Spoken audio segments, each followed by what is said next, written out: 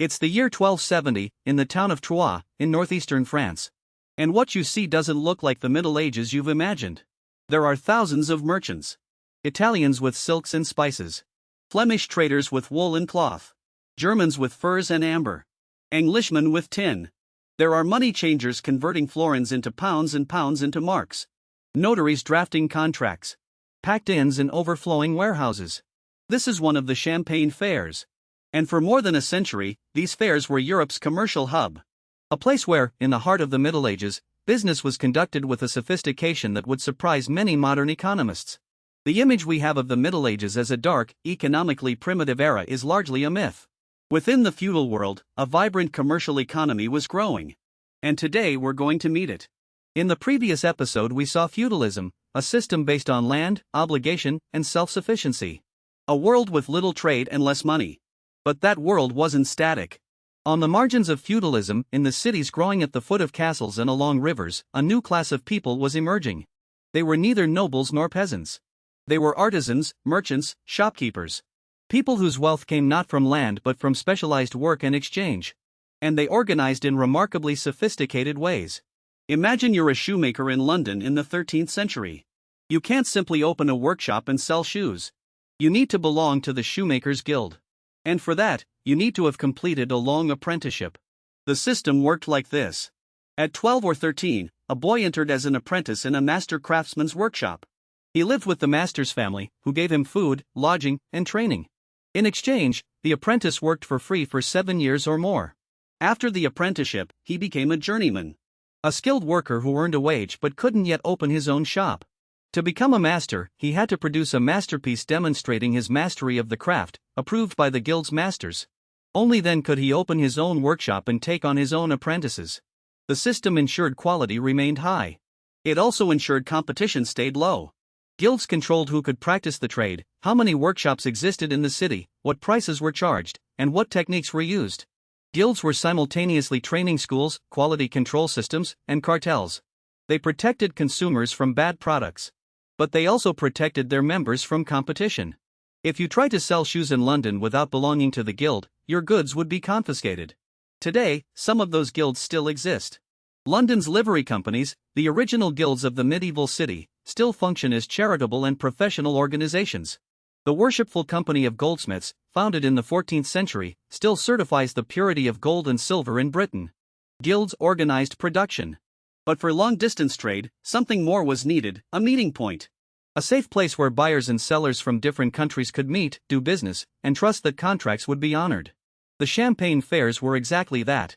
They were held in rotation in 4 towns in northeastern France: Troyes, Provence, Lagny, and Bar-sur-Aube. Among the 4, the fairs covered virtually the entire year. When one ended in one town, another began in the next. What made the Champagne fairs special was the institutional infrastructure. The Counts of Champagne, who governed the region, guaranteed the merchants' safety. They provided armed escorts on the roads. They regulated weights and measures to prevent fraud. They established commercial courts that settled disputes quickly. And crucially, they enforced contracts. That last part was fundamental. If an Italian merchant sold spices on credit to a Flemish buyer, he needed to know he could collect. The Counts of Champagne made sure of it. A merchant who didn't pay his debts could be expelled from all future fairs. And being expelled from the Champagne fairs meant being shut out of Europe's biggest market. Here we already see a key economic idea: trade needs institutions. Having buyers and sellers isn't enough. You need rules, courts, guarantees. The Champagne fairs worked because someone governed them well. At the fairs, Flemish cloth, Eastern spices, Northern furs, Burgundy wine, and Spanish leather were all traded. But financial innovations also developed. Merchants began using bills of exchange to transfer money over long distances without physically transporting coins. Money changers became central figures, converting the dozens of different currencies circulating across Europe. The Champagne fairs declined at the end of the 13th century, partly because the kings of France absorbed the region and raised taxes, and partly because trade routes shifted. But their legacy was enormous. They demonstrated that large-scale international trade was possible, profitable, and organizable. And they prepared the ground for what came next. While the fairs connected European trade, something equally important was happening inside cities. Merchants and artisans were buying their freedom. In the feudal system, a city was under a lord's authority, just like a village. But as cities grew and enriched themselves through trade, their inhabitants began negotiating a special status. They paid the feudal lord, or the king, a sum of money in exchange for a charter of privileges granting them rights of self-governance. These charters turned the city into a free borough. Its inhabitants, the bourgeois, could elect their own magistrates, collect their own taxes, and regulate their own markets. And crucially, a serf who arrived in a free city and resided there for a year and a day automatically became a free person. There was a medieval saying that summed it up perfectly: city air makes you free. An extraordinary example was the city of Lübeck, in northern Germany. In 1226, Emperor Frederick II granted it the status of free imperial city. Lübeck answered to no feudal lord. It governed itself. And its charter model was copied by dozens of cities in the Baltic and northern Europe. These free cities were islands of market economy in a feudal ocean. In them, wealth depended not on inherited land but on trade, manufacturing, and skill. They were the first laboratories of capitalism, though nobody used that word then. If the Champagne fairs were the hub of European trade in the south, the Hanseatic League was their equivalent in the north. The Hansa started as an informal association of German merchants trading in the Baltic. But over time it grew into a network of nearly 200 cities dominating maritime trade from Russia to England. The League had 4 major counters, or permanent trading posts, in Novgorod, Russia, where they bought furs and wax. In Bergen, Norway, where they bought dried fish. In Bruges, Flanders, where they sold northern goods and bought cloth and products from the south. And in London, where they maintained a trading enclave called the Steelyard.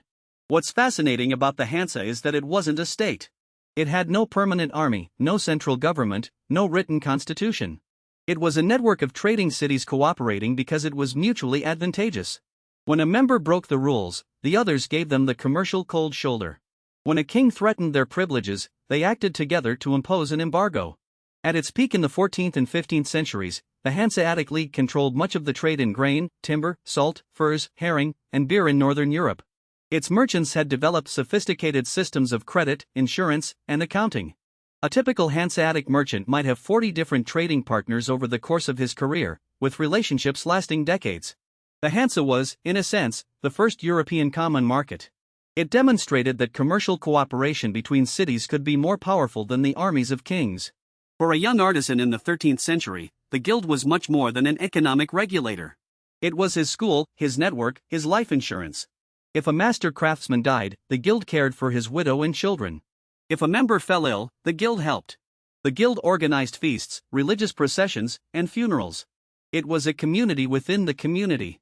But it wasn't for everyone. Women were excluded from most guilds, though there were notable exceptions. Spinners and brewers in some cities had their own organizations. Foreigners had a very hard time getting in. And those who never made it from journeyman to master could spend their whole lives working for others with no prospect of independence. The guild protected its members but also controlled them. Innovation was frowned upon. If a shoemaker invented a new technique, the guild could ban it so the others wouldn't fall behind. Equality was achieved by limiting the best. That tension between protection and restriction, between guild security and innovation, will reappear many times in economic history. It's the same tension we see today in debates about regulation, protectionism, and free markets. 3 ideas to take away from this episode. First, medieval guilds were the first form of market regulation. They controlled quality, training, and access to the trade. They were simultaneously schools, cartels, and social safety nets. Second, the Champagne fairs demonstrated that large-scale international trade needs institutions. Rules, courts, security, contract enforcement. Without those institutions, trade doesn't flourish. Third, free cities and the Hanseatic League created islands of market economy within the feudal world. Wealth began to depend on trade and skill, not just on inherited land. Fairs and guilds created local and regional commerce. But some merchants dreamed bigger. In the Italian city-states and Baltic ports, a new class was emerging, people whose wealth came not from land but from trade, finance, and audacity. They were going to change the world. That's next time.